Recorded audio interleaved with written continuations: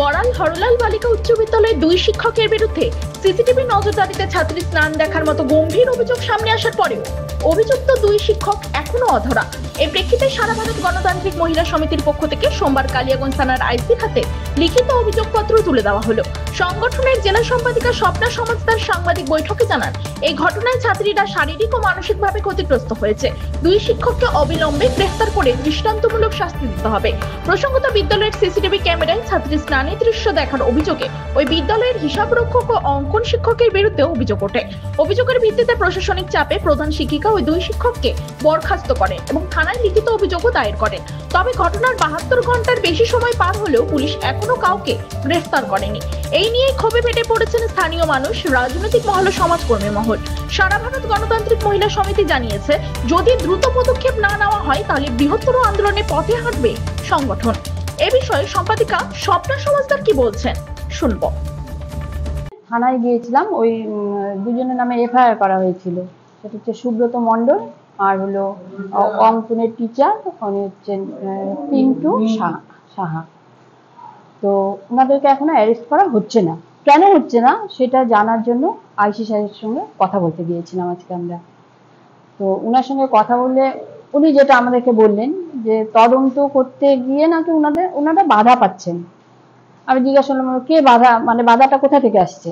বললেন যে স্কুলের টিচাররা বাধা দিচ্ছেন। ওনাদের ইয়ে থেকে, থানা থেকে হচ্ছে মহিলা পুলিশ গিয়েছিলেন যে স্টুডেন্টদের সঙ্গে আলাদা করে কথা বলবে, 2-3 জনের সঙ্গে। আমরা 2-3 জনের সঙ্গে আলাদা করে কিসের কথা বলার আছে? 2-3 জনের সঙ্গে যখন আলাদা করে কথা বলতে যাবে তখন ওদের উপরে পার্টিগতভাবে চাপ যাবে, তো ব্যাপারটা অন্য জায়গায় চলে যাবে। সেই জন্য উনি বললেন যে দেখা যাক কি করা যায় এটা নিয়ে। তো আমরা যেটা বললাম যে তাড়াতাড়ি তদন্ত শেষ করে ওনাদের অ্যারেস্ট করতে হবে। অ্যারেস্ট না করলে আমরা কিন্তু মহিলা সমিতিগতভাবে এরপরে হচ্ছে মানে বড় রকমের একটা আন্দোলন করব, তখন কিন্তু আপনাকে ওটাকে সামলাতে হবে। আর আপনি তদন্তের খাতিরে যদি ভাবেন যে মহিলা হিসেবে আমাদেরকে চান, আমরা আপনাদেরকে সহযোগিতা করতে পারি।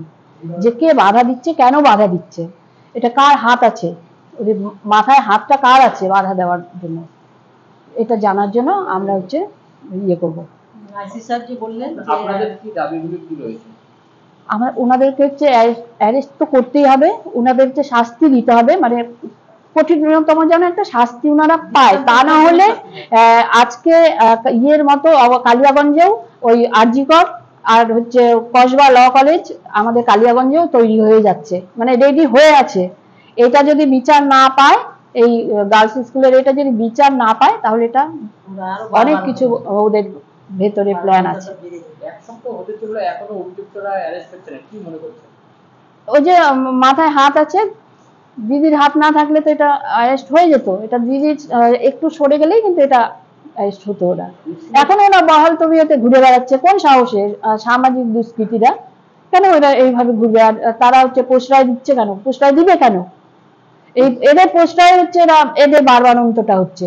এরা যদি প্রশ্রয়টা না দিত, একটা যদি একটু ইয়ে করতো, সহযোগিতা করতো, তাহলে কিন্তু এই জিনিসটা আর হবে না কালিয়াগঞ্জে। কিন্তু এখন আমরা ভয়ে আছি যে এরপরে মহিলাদের উপরে আরো নানান রকমের অত্যাচার হবে। কোনো ভূমিকা নেই ওনার। ওনারা হচ্ছে কিছু একটা জোট হয়ে আছেন যে উনিও তো ইয়েতে আছেন না, চাপে আছেন না, যে উনি তো ফাঁসবেন।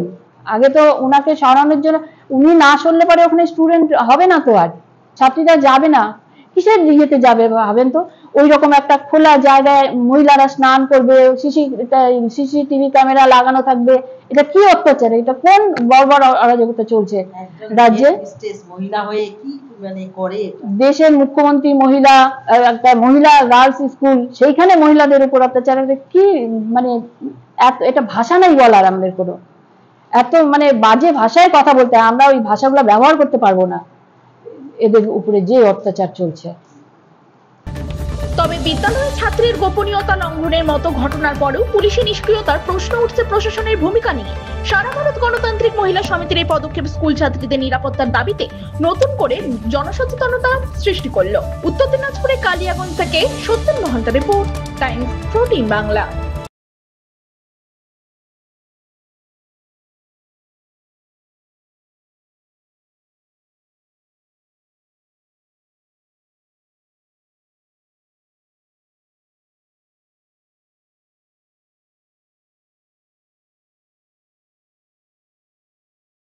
আপনি কি কিডনির রোগে ভুগছেন?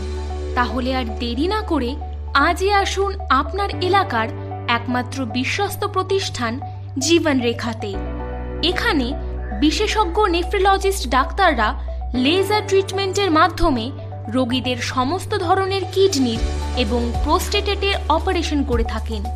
রোগী দেখছেন nephrologist doctor Arkaprava Chakraborty, SSKM hospital, Kolkata. Doctor Sunil Kumar, Apollo hospital, Kolkata. Doctor Pinaki Mukherjee, NRS hospital, Kolkata.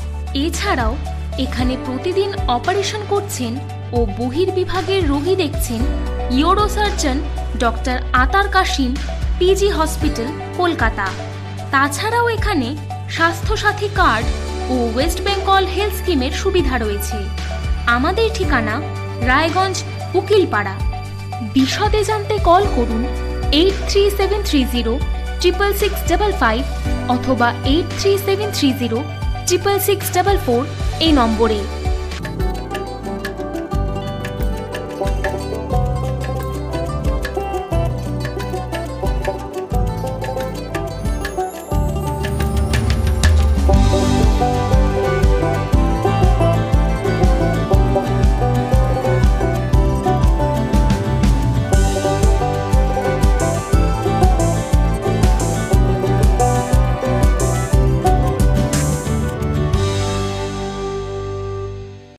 আপনি কি চাকরি পরীক্ষার্থী?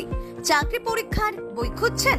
তাহলে আজই চলে আসুন সৌরভ বুক অ্যান্ড ম্যাগাজিন সেন্টারে। এখানে BSc, WBCS, bank, rail, ICDS, nursing, ANM এবং GNM সহ কেন্দ্রীয় ও রাজ্য সরকারি সকল চাকরির পরীক্ষার বই ও ম্যাগাজিন পাওয়া যায়।